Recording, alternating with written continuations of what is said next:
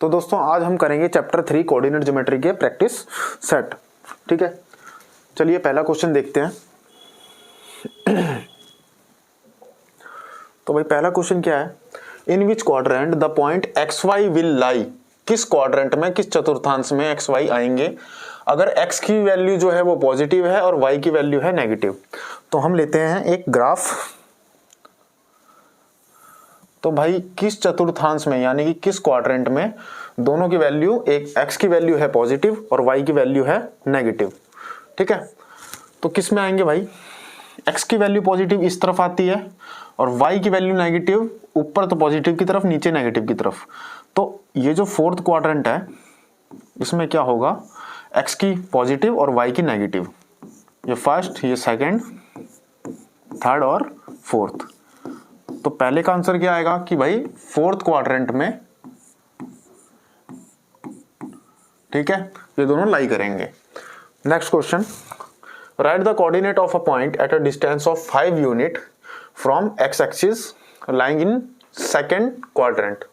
तो ऐसे कोऑर्डिनेट्स निकालने हैं हमें कि एक पॉइंट है जो कि कितने डिस्टेंस पे है, 5 यूनिट के डिस्टेंस पे। कहां से, एक्स एक्सिस से। लाई कहां कर रहा है, सेकंड क्वाड्रेंट में। सेकंड क्वाड्रेंट में लाई कर रहा है और एक्स एक्सिस से 5 यूनिट के डिस्टेंस पे है। तो एक्स एक्सिस ये हो गई हमारी, ठीक है, और यहां से 5 यूनिट के डिस्टेंस पे लाई कर रहा है। तो उसके क्वाड्रेंट क्या, उसके जो कोऑर्डिनेट हैं वो क्या होंगे, सिंपल कि भाई एक्स का तो 0 है और वाई का 5, क्योंकि 5 यूनिट के डिस्टेंस पे लाई कर रहा है एक्स एक्सिस से। तो एक्स पे तो है ही नहीं, तो x 0 y 5। नेक्स्ट भाई, नेक्स्ट है find the value of x and y if. Coordinates दे रखे हैं हमें, ये कोऑर्डिनेट इसके इक्वल है, ये कोऑर्डिनेट इसके इक्वल है। तो हमें x और y की वैल्यू निकालनी है। तो इसमें देखो x वाला पॉइंट कौन सा है, यहां से लेके यहां तक। यहां देखो x वाला पॉइंट यहां से यहां तक। तो इन दोनों को इक्वल कर लेंगे हम। तो x माइनस 4 इक्वल टू किसके हो जाएगा, 4 के। तो x की वैल्यू यहां से क्या आ जाएगी, 4 प्लस 4 यानी x आ गया हमारा 8।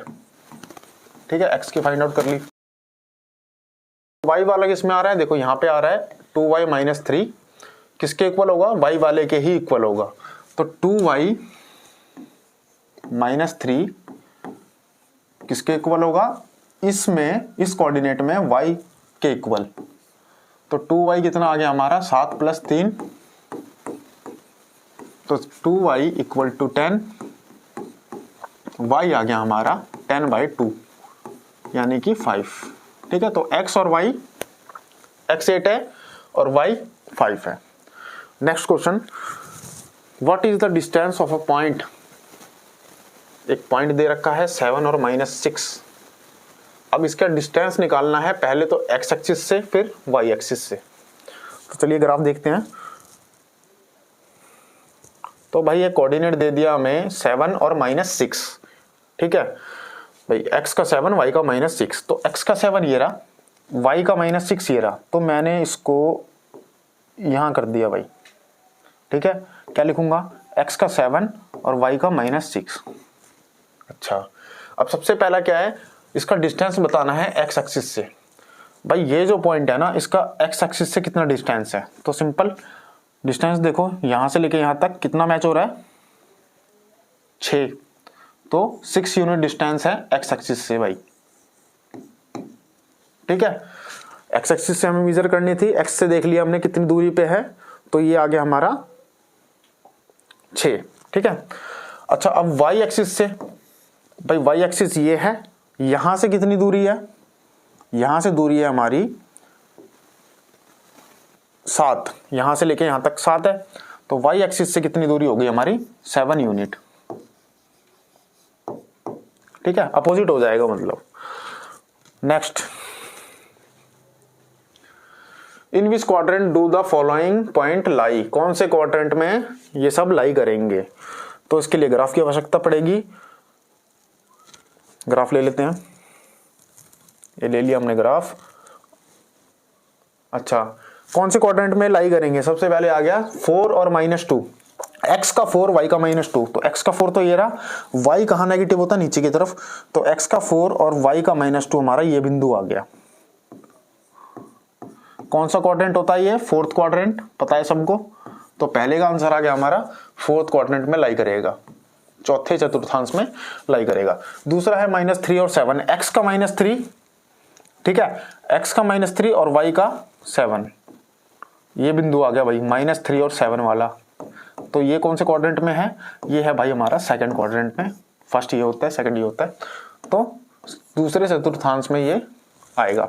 x का भी -1, y का भी ठीक है, x का -1 और y का -2, ये पॉइंट आ गया। तो ये इसको क्या लिखेंगे? x का -1 और y का -2, तो ये थर्ड क्वाड्रेंट हमारा, ठीक है, तीसरा चतुर्थांश। अच्छा, तो भाई तीसरा चतुर्थांश एक ऐसा चतुर्थांश होता है जिसमें दोनों ही वैल्यू नेगेटिव होती है, ये याद रख लेना। Right the mirror image of the following point along x axis, इनकी मिरर इमेज लिखनी है हमें, इनकी मिरर इमेज। तो इसको मिटा लेता हूं एक बार। तो भाई सबसे पहला पॉइंट जो है हमारे पास वो दे रखा है कि -3 और 5 की मिरर इमेज बताओ। किसके अलोंग, किसको मिरर मानना है हमें? एक्स एक्सिस को, इसको हमें मिरर मानना है, ठीक है, शीशा मानना है।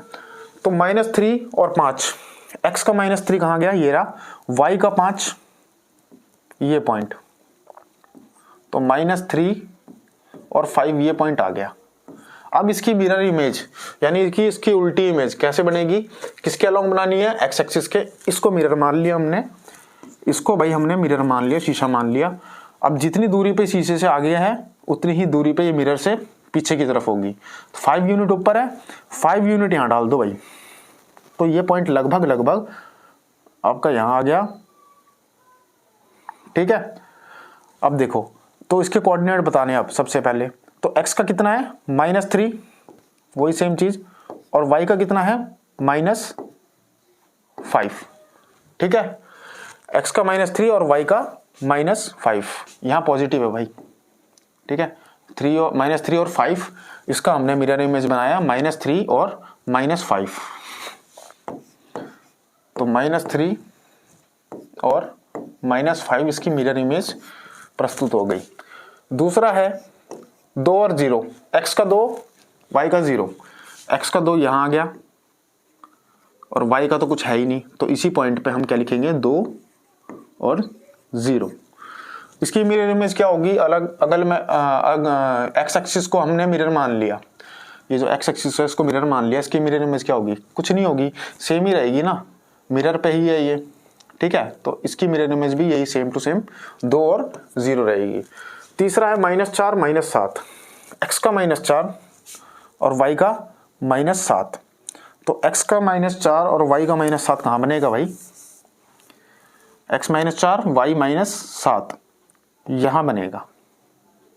मिरर इमेज बनाओ along x axis, x axis के सम्मुख मिरर इमेज इसकी क्या होगी?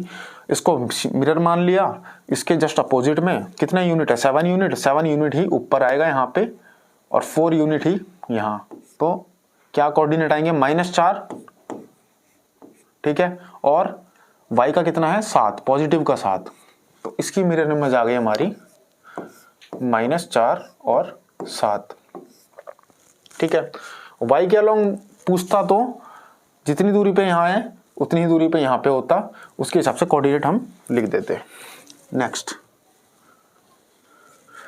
कंसीडर द फॉलोइंग 0, ये हमें दे रखे हैं भाई कुछ पॉइंट्स एक ग्राफ पे, हमें क्या क्या निकालनी है? लेंथ निकालनी है, ठीक है, और कोऑर्डिनेट्स निकालने हैं। सबसे पहले लेंगे ग्राफ।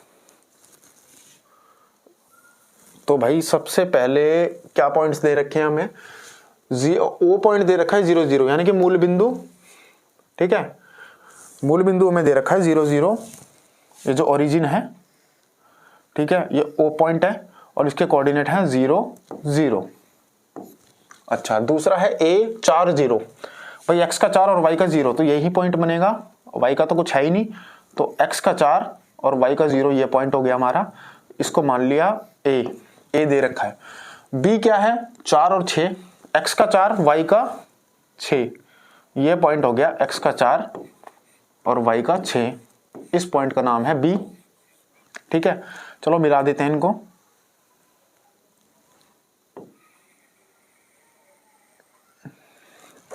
अब बताओ आगे क्या है कि लेंथ निकालनी है OA की और AB की। OA की लेंथ कितनी है, यहां से लेके यहां तक, तो OA की लेंथ क्या है 4 यूनिट। ठीक है, 4 है ना यहाँ पे, तो 4 यूनिट आ गई हमारी OA की लेंथ। अच्छा, AB की लेंथ क्या है, AB की लेंथ, AB कितने यूनिट ऊपर है, यहां से लेके यहां तक है AB, कितने यूनिट है 6 यूनिट। ठीक है, तो AB आ गई हमारी 6 यूनिट। Y एक्सिस पे देखो 6 यूनिट तक जा रहा है वो। ठीक है, ये वाली लंबाई निकाल लिया तो इसके हिसाब से निकालेंगे ना, 6 यूनिट है, यहाँ पे भी 6 unit. How will you find the coordinate of the fourth point C such that OABC form a rectangle. भाई पॉइंट जो है हमारा फोर्थ पॉइंट के कोऑर्डिनेट निकालने हैं। अगर OAB इसको बोल दिया हमने C, तो हम इसके कोऑर्डिनेट कैसे निकालेंगे, ये बन गया एक रेक्टेंगल। तो C पॉइंट के कोऑर्डिनेट क्या होंगे भाई, x का तो कुछ है ही नहीं, 0 है, y का कितना है 6, तो फोर्थ पॉइंट के कोऑर्डिनेट जो हैं, जो कि C के हैं, वो क्या हो जाएंगे 0 और 6। नेक्स्ट,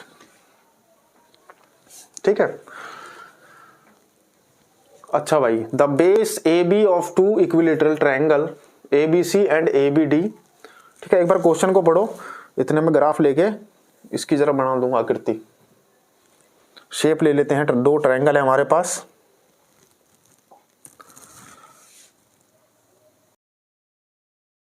ठीक है, इस क्वेश्चन को करते हैं हम। तो बेस AB है, 2 इक्विलेटरल ट्रायंगल हैं ABC ABD, 2 ट्रायंगल मैंने बना दिए ABC और ABD। इन दोनों का जो बेस है, ठीक है, और इक्विलेटरल ट्रायंगल है और साइड इनकी क्या है 2A, तो 2A साइड है तो सारी साइड्स 2A हो जाएंगी भाई, दोनों ट्रायंगलों की।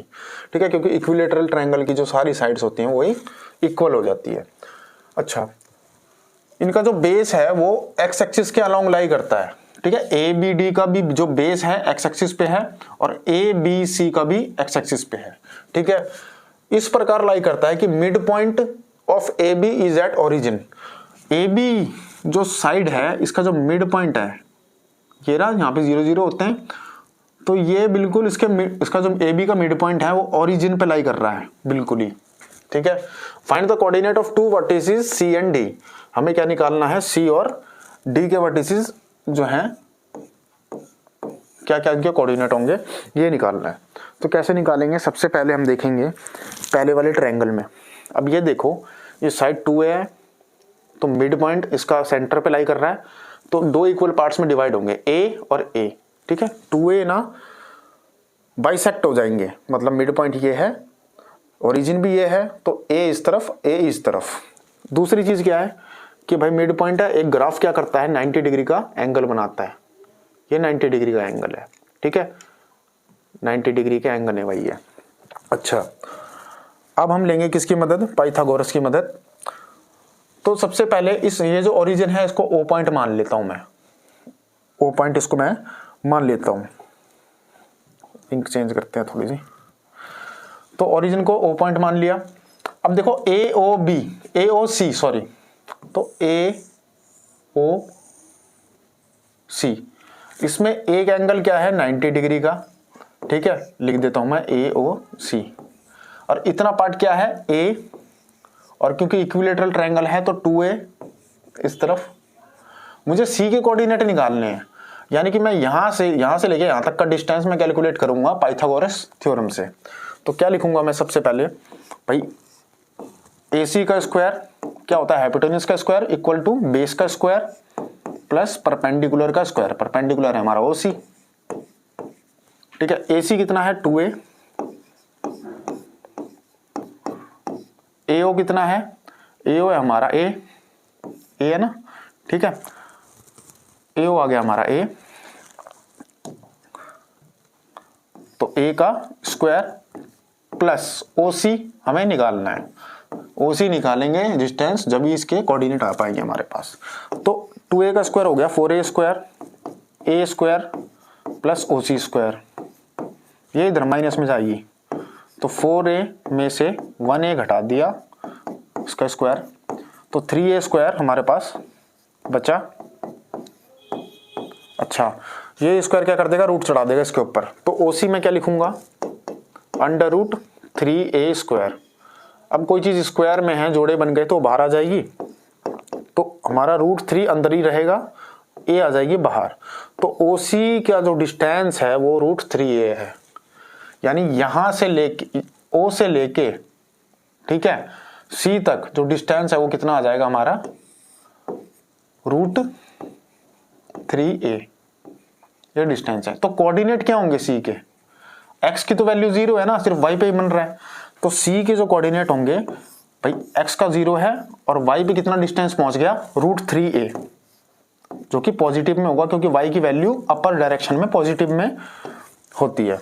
अब d के कोऑर्डिनेट बताओ, तो d के कोऑर्डिनेट में क्या लिखूं भाई, d में भी x तो 0 है, x का तो कुछ रोल ही नहीं है, लेकिन रूट 3a के आगे माइनस लग जाएगा क्योंकि y जो कोऑर्डिनेट होता है नीचे की डायरेक्शन में नेगेटिव होता है, इस डायरेक्शन में नेगेटिव y आता है, इसमें पॉजिटिव y आता है। ठीक है, तो ये हो गया चैप्टर नंबर 3।